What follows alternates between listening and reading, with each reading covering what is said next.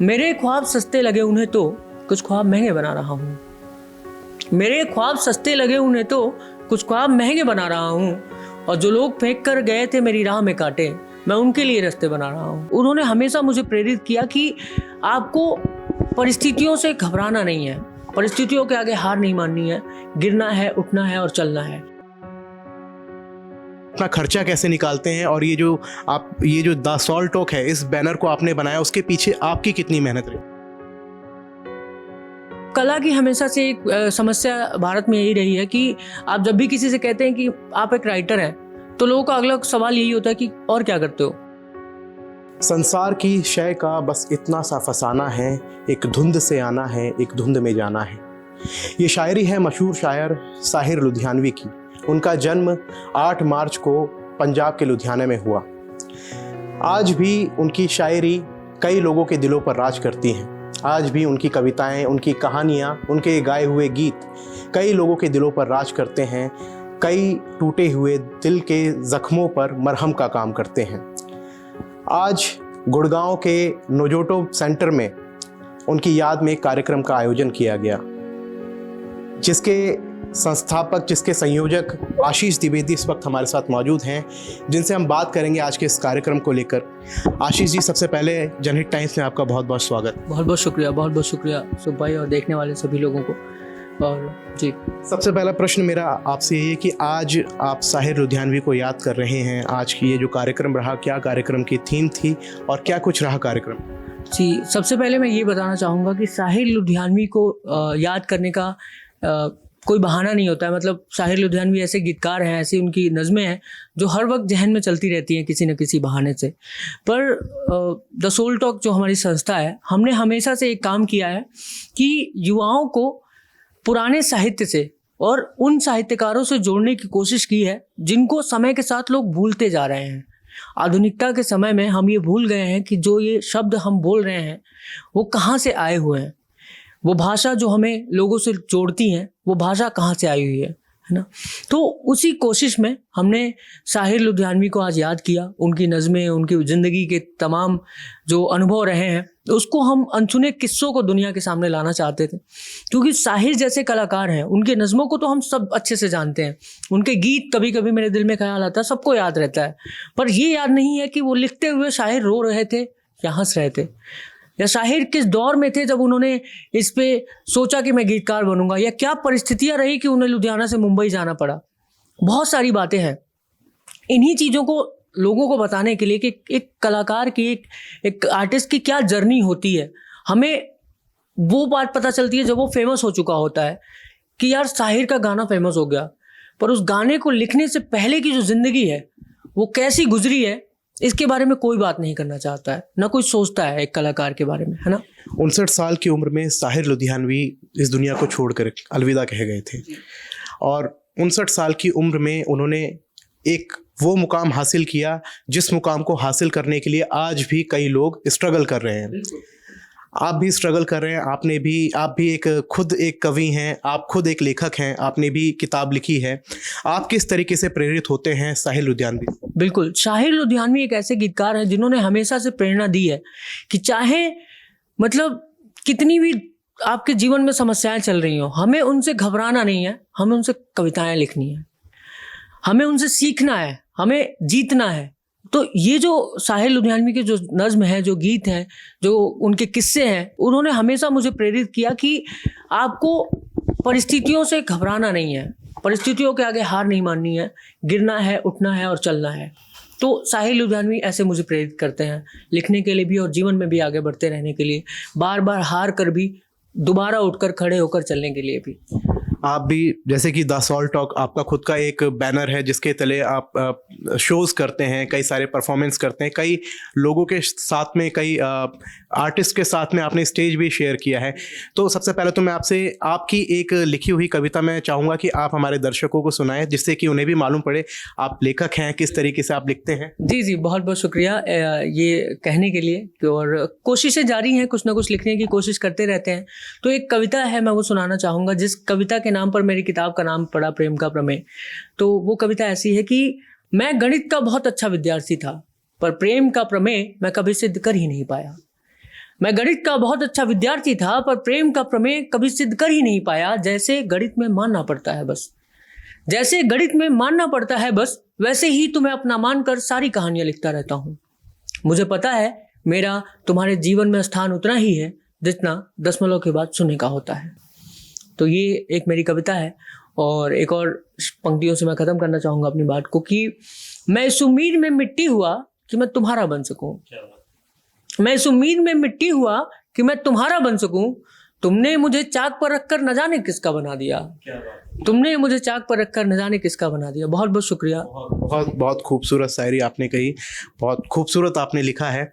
आपकी ये जो किताब है प्रेम का प्रमेय, मैं कहूँगा कि हमारे दर्शकों को वो भी इसको पढ़ें, इसको खरीदे। कहाँ पर ये अवेलेबल? किताब अमेजन पे आपको अवेलेबल हो जाएगी। प्रेम का प्रमेय आप सर्च करेंगे, अमेजन पे आपको मिल जाएगी। बिल्कुल, आप अमेजोन से इनकी किताब जो है प्रेम का प्रमेय वो खरीदें, उसको पढ़ें। बाकी आशीष, मैं ये जानना चाहूँगा कि आज का जो कार्यक्रम था, आज क्या क्या परफॉर्मेंसेस हुई, और जो कलाकार थे जो आए हुए थे वो लोग सिर्फ कलाकार आर्टिस्ट हैं, और आर्टिस्ट के अलावा भी उनके जीवन में बहुत कुछ है जो वो करते होंगे, और आप इन कलाकारों को इकट्ठा करके एक मंच दे रहे हैं। तो इसके बारे में कुछ बताइए, आप कैसे कर रहे हैं, उनको किस तरीके से समय आप निकाल रहे हैं उनके लिए और अपने लिए? देखिए, कला की हमेशा से एक समस्या भारत में यही रही है कि आप जब भी किसी से कहते हैं कि आप एक राइटर हैं, तो लोगों का अगला सवाल यही होता है कि और क्या करते हो, क्योंकि उन्हें पता है कि ये करके तो इसका रोजी रोटी नहीं चल सकता है इंडिया में। और ये जो थॉट है, ये जो सोच है, हमारी संस्था या हम या सभी आर्टिस्ट मिलकर इसी सोच को बदलने की कोशिश में, तोड़ने की कोशिश में लगे हैं। और इसी कोशिश में हमने ये शो भी रखा था। इसमें हमारे साथ बहुत सारे कलाकार आए हुए थे।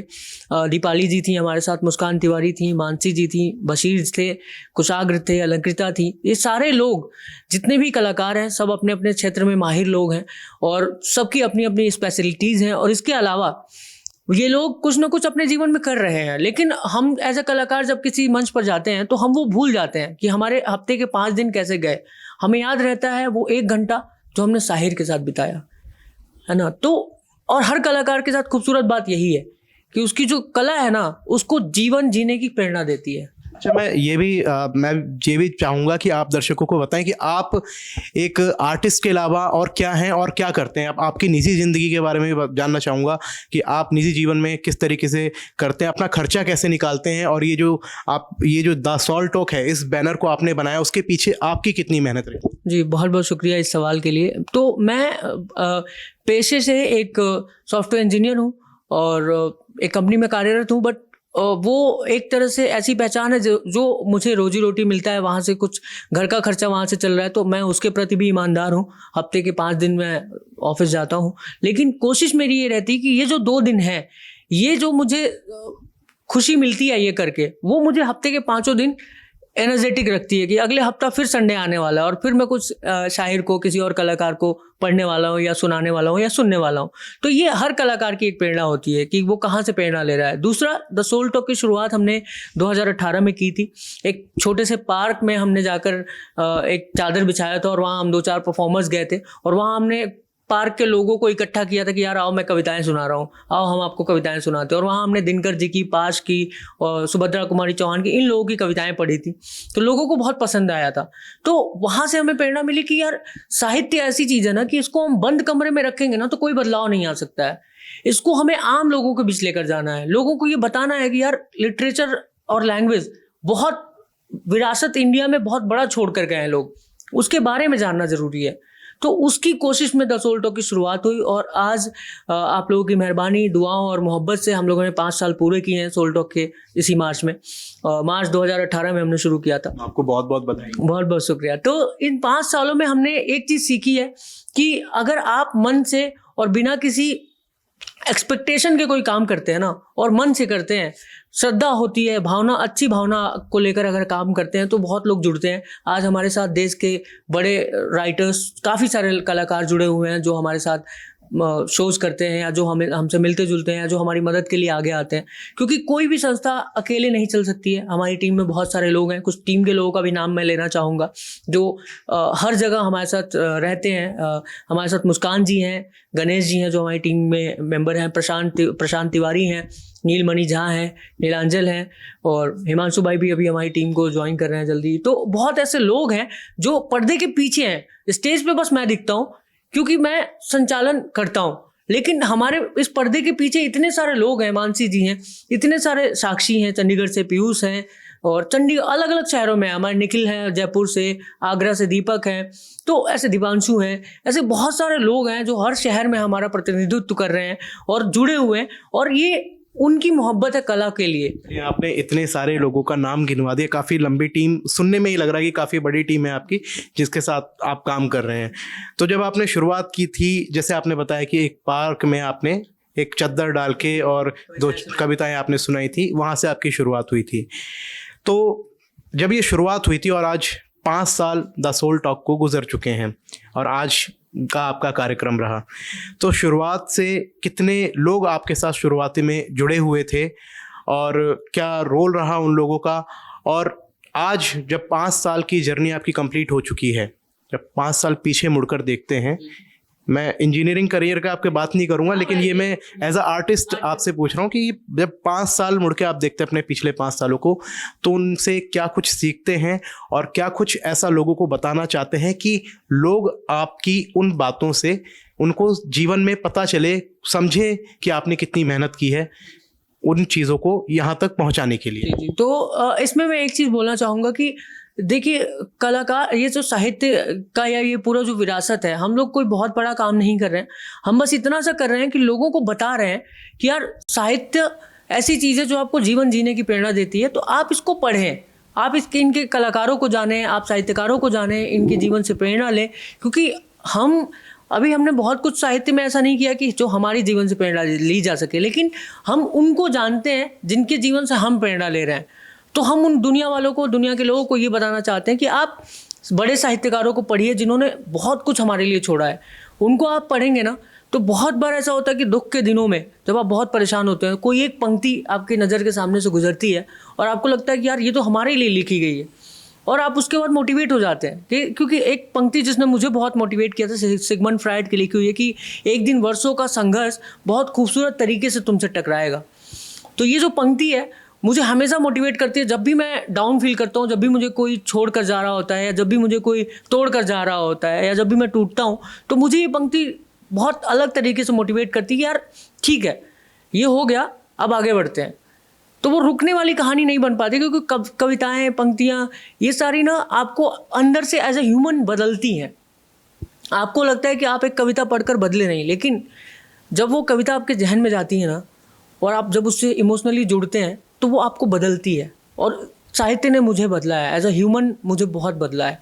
मैं मतलब शुरुआती दिनों की बात करूँ तो मैं बहुत पहले अल्लड़ सा, जो कॉलेज के लड़के निकलने वाले जो होते हैं कि उसके बाद उनके अंदर केयरिंग चीज़ नहीं होती है, किसी की केयर नहीं करना, अरे ठीक है जा रहा है तो जाने दो, ऐसा वाला एटीट्यूड होता है। बट अभी मेरी कोशिश रहती है कि मैं रिश्तों को संभालूँ, मैं लोगों को संभालूँ, और ये चीज़ें ऐसे ही आई हैं। साहित्य को पढ़ते पढ़ते, लोगों को जानते जानते ये बदलाव आए हैं।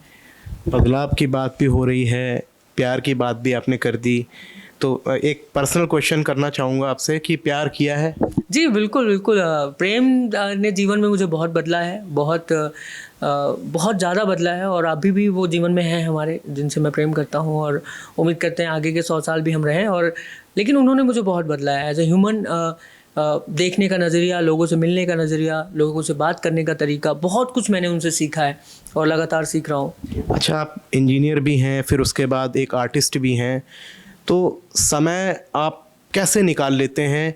और जॉब भी आपको करनी है, फिर उसके बाद आपको इसके लिए समय भी निकालना है, और शुरुआती दिनों में आपने मतलब क्या कुछ सहा इसके लिए? बहुत सहना पड़ा, बहुत मैंने नौकरियां भी छोड़ी हैं बीच में, 2-2 3-3, इसी वजह से, क्योंकि हर कोई एक्सेप्ट नहीं कर पाता है कि आप जॉब में हो तो आप दूसरी चीज़ क्यों कर रहे हो, या आप क्यों ऐसा कर रहे हो, या क्यों, जबकि उसका फाइनेंस से कोई रिलेशन नहीं है। हम लोग ये अपने पैशन के लिए कर रहे हैं, राइट? तो लेकिन हाँ, ये होता है कि हर कोई एक जैसा नहीं होता, जीवन में तरह तरह के लोग मिलते हैं और वो आपको बहुत कुछ सिखाते भी हैं कि किस तरह से जीवन को जीना है, किससे क्या कितनी दूरी बनाकर रखनी है, किसको कितना प्रेम देना है, कैसे रहना है। तो ये सब चीज़ें रास्ते में मैंने सीखी हैं। मैं किसी को गलत नहीं कहूँगा, इट्स ऑल देयर लाइफ। और कुछ लोग ज़िंदगी में आते ही आपको हैं सिखाने के लिए कि आपको क्या नहीं करना है। तो मैंने बहुत लोगों से सीखा है ऐसा। तो अच्छी बात ये रही कि इस सफ़र में लड़खड़ाते ही सही यहाँ तक आए हैं और आगे उम्मीद है आप लोगों का साथ रहा तो आगे भी जाएंगे। बिल्कुल। मैं एक क्वेश्चन मेरे दिमाग में आ रहा है, मैं अभी पूछ लेता हूँ वरना मैं भूल जाऊँगा कि मतलब आखिर क्या ऐसा माइंड में क्लिक किया जब आप इंजीनियरिंग कर रहे थे जिसने आपको आर्टिस्ट बना दिया? हाँ, ये एक बहुत सा, मैं एक्चुअली जब 12th तक था ना, तो 12th तक मैं सिर्फ ऐसा रहा कि physics chemistry math, college top करना है, स्कूल टॉप करना है, मैथ में नंबर लाने, यही सब चलता था। क्यों, हमारी तरफ बहुत ज़्यादा यूपी के जो मिडिल क्लास फैमिली के लोग होते हैं ना, वो बहुत करियर कॉन्शियस होते हैं। तो उनको लगता है कि यार लड़का कुछ कमाने लगे, जल्दी से कुछ कमाने लगे। तो उस दिशा में हम लोग, और उसी तरह से हम मशीन बनते जाते हैं 9-10 के बाद से। तो इंजीनियरिंग कर लो, तैयारी कर लो, IIT में चले जाओ। मेरा IIT में नहीं हुआ था, बट कहने का मतलब इंजीनियरिंग करनी थी तो वो कर ली, करते ही नौकरी लग गई। तो जब मैं नौकरी में आया ना, कॉलेज के टाइम में मैं लिखता था, थोड़ा बहुत लिखता था, दोस्तों के लिए लिख दिया, उनकी दोस्तों के लिए लिख दिया। तो ये इस बात में थोड़ा लकी भी बोलूँगा क्योंकि कई सारे ऐसे इंजीनियर हैं जिनकी तुरंत नौकरी नहीं लगती है। हाँ, मतलब ऐसा है, लेकिन मेरे साथ ऐसा नहीं हुआ। मैं मेरी डिग्री खत्म हुई और अगले 7 दिन बाद मेरे पास ऑफर लेटर था, मैंने ज्वाइन कर लिया था कंपनी अगले 7 दिन बाद ही।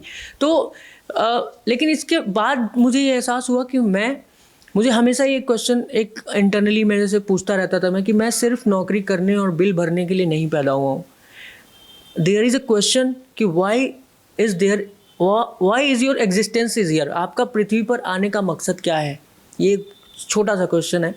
ये सवाल जब आप खुद से पूछते हो ना, तो आपको एक सिंपल सा जवाब मिलता है कि यार नौकरी करने के लिए नहीं, पैदा मैं नौकरी करने के लिए तो नहीं हुआ था कि पैदा हुआ हूँ और बड़ा होकर इंजीनियर बन के नौकरी करके ख़त्म कहानी। नहीं, हर किसी के यहाँ पर पृथ्वी पर आने का एक मोटिव है। एक यूनिवर्स आपको एक मैसेज देता है कि आपको ये नहीं करना है, आपका कुछ और भी है मोटिव जीवन जीने के लिए। तो जब मैं 2013 डिग्री पास किया तो मुझे लगा यार समाज के लिए मुझे कुछ करना है। तो समाज के लिए करने की दिशा में मैंने एक अपना NGO स्टार्ट किया, पहले शुरुआत करके, जिसमें आप भी पार्ट थे, आपको याद होगा 2013-14 के दिनों में। और उस समय हम लोग नोएडा में एक स्लम में पढ़ाने जाते थे। तो उस पूरी कहानी ने मुझे बहुत बदला। वहाँ से फिर मुझे लगा कि नहीं, समाज के लिए कुछ करना है आपको। तो समाज से जुड़े, फिर धीरे धीरे साहित्य जीवन में आया कि साहित्य भी समाज का एक हिस्सा है, ये भी लोगों को बदल सकता है। फिर धीरे धीरे 3-4 साल बीते जब, तो वो NGO कुछ पुराना हुआ, फिर साहित्य से जुड़ा हुआ कुछ वैसे लोग मिले, फिर साहित्य जीवन में आया और फिर तब से आज तक बना हुआ है ऐसा। तो आज ये मार्च का जो महीना है, 5 साल आपकी संस्था को भी पूरे हो गए। और सबसे पहले तो मैं बहुत बधाई देना चाहूँगा एक बार फिर से। और दूसरा, मैं आपसे मेरा एक सवाल है कि अब 5 साल आपकी संस्था को हो गए हैं, आप कार्यक्रम भी अच्छे कर रहे हैं, काफ़ी अच्छे आर्टिस्ट के साथ आपने स्टेज भी परफॉर्म किया। अब आगे की क्या रणनीति है आपकी? अब आगे क्या सोचा है कि किस दिशा में आगे बढ़ना है, और जो आपके साथ जुड़े हुए लोग हैं, जो आपकी टीम है, किस दिशा में उनको आगे लेकर चलना है? ये हमारी कोशिश है कि हम लोग एज अ आर्टिस्ट भी हैं, सारे हमारे टीम में जितने भी लोग जुड़े हुए हैं खुद भी एक आर्टिस्ट हैं, बहुत अच्छा लिखते हैं, सारे लोग बहुत अच्छा काम कर रहे हैं अपने जीवन में जो भी कर रहे हैं। तो उनको ये है कि उनका हम कोशिश ये कर रहे हैं कि वो भी अपने कला के ऊपर भी उतना ही काम कर पाएँ, साहित्य ज़्यादा से ज़्यादा लोगों तक हम मंच दे पाएँ। जैसे अभी इंडिया में बहुत सारे शहर हैं, शहर से ज़्यादा गाँव हैं, तो मैं अब गाँव की तरफ मुड़ने की कोशिश कर रहा हूँ। आने वाले महीने में मैं अपने गाँव में, मेरा छोटा सा कस्बा है, आपको पता होगा, लार बाजार है ना, तो वहाँ पे हम आज तक हमारा कोई ओपन माइक नहीं हुआ है, कोई ऐसा टैलेंट हंट नहीं हुआ है जहाँ लोग कविताएं आकर सुना पाएँ। तो नीलांजल भाई है, इनके एक छोटे भाई का एक कैफ़े है वहाँ पर, तो उनसे हमारी बातचीत हुई है। तो अगले महीने मैं जब घर जाऊँगा तो वहाँ पर हम एक टैलेंट हंट शो रखने वाले हैं, जिसमें गाँव के लोग जो लिखते हैं वो आएंगे और परफॉर्म करेंगे। और क्योंकि मैं चाहता हूँ कि गांव में बहुत प्रतिभा होती है, आपको पता है गांव। मेरा क्वेश्चन जो था ना नेक्स्ट इसी से जुड़ा हुआ था कि वो लोग जो लिखना चाहते हैं, वो बच्चे जो साहित्य में कुछ करना चाहते हैं, वो किस तरीके से स्टार्टअप करें, किस तरीके से शुरुआत करें। कई लोगों को मिलता नहीं है वो स्टार्टअप। बिल्कुल, तो इसी वजह से मैंने ये प्लान किया है कि अगला महीना जो मैं शुरू करूँगा वो गाँव की तरफ मैं जाऊँगा। गाँव में एक टैलेंट हंट शो रखने वाले हैं हम, वहाँ पर कविताएँ, संगीत से जुड़े हुए जितने भी लोग हैं वो लोग आएंगे, उनको हम कुछ सर्टिफिकेट देंगे, उनसे सुनेंगे, मतलब उनको एक जगह देंगे, उनको एक व्हाट्सएप ग्रुप के थ्रू जोड़ेंगे अपने साथ, उनको एक दिशा देंगे, उनको मेंटरशिप देंगे कि जिससे वो और अच्छा लिखना सीख सके, उनको साहित्य से जोड़ेंगे, समझाएंगे, तमाम चीज़ें। एक प्लान है आगे के लिए। गांव के छोटे छोटे शहरों में जाना है, जैसे जयपुर है, बड़ा शहर है। अब जयपुर के अलावा राजस्थान में बीकानेर भी है, बाड़मेर भी है, बहुत ऐसे छोटे छोटे जगह हैं, यहाँ भी हमें जाना है। चंडीगढ़ के अलावा राजपुरा भी है उसके बगल में, वो छोटा शहर। तो मेरी नज़र हमेशा से, मैं क्योंकि बहुत छोटे शहर बिलोंग करता हूँ ना, तो मेरी यात्रा हमेशा उधर ही जाकर ख़त्म होती है कि मैं छोटे शहर को लेकर वहाँ के लोगों को कैसे लेकर आऊँ। इसीलिए आप वो किताब भी लिख रहे हैं, एक छोटे शहर का आशिक। बिल्कुल, एक किताब पर भी काम चल रहा है जिसका शीर्षक है छोटे शहर का आशिक। मेरा पेन नेम भी रहा है कहानियों को लिखते हुए, तो वो एक कहानियों की या नॉवेल की एक किताब हो सकती है। अभी तो बस लिखने की प्रक्रिया जारी है, तो उम्मीद करते हैं कि अगले साल तक वो किताब भी आएगी। अच्छा, आखिर में एक कविता के साथ मैं इस इंटरव्यू को ख़त्म करना चाहूँगा। आपकी एक ऐसी कविता जो लोगों को कुछ प्रेरणा दे, कुछ सिखाए और कुछ कह कर जाए। जी बिल्कुल। तो मैं हमेशा से 2 लाइनें बोलता हूँ, वो मैं उसी से इस इंटरव्यू का एंड करना चाहूँगा कि मुझे मेरे ख्वाब, मैं ये लाइन उन सब लोगों के लिए है जो कुछ जीवन में करने की कोशिश कर रहे हैं और बार बार फेल हो रहे हैं, लेकिन और धोखा खा रहे हैं, है ना। लोग परेशान रहते हैं कि यार एक दोस्त से मेरी 5 साल से अच्छी दोस्ती थी, मैंने बिजनेस शुरू किया और फिर उसने मुझे धोखा दे दिया। ये सिंपल सी बात है, ये होता रहता है। तो मेरे को हमेशा से ये लगता है कि आपको इन चीज़ों से हारना नहीं है, गिरना है और खड़े होना है ना। और जितनी जल्दी आप गिरेंगे ना, उतनी जल्दी खड़े होंगे। तो ये इटरेशन बहुत ज़रूरी है ना। तो जल्दी फेल होना जिसको बोलते हैं कि जितनी जल्दी आप फेल होंगे, उतनी जल्दी आपका वो समय आएगा जब फेल होना आप बंद कर देंगे। तो उसी के ऊपर एक लाइन है कि मेरे ख्वाब सस्ते लगे उन्हें तो कुछ ख्वाब महंगे बना रहा हूँ।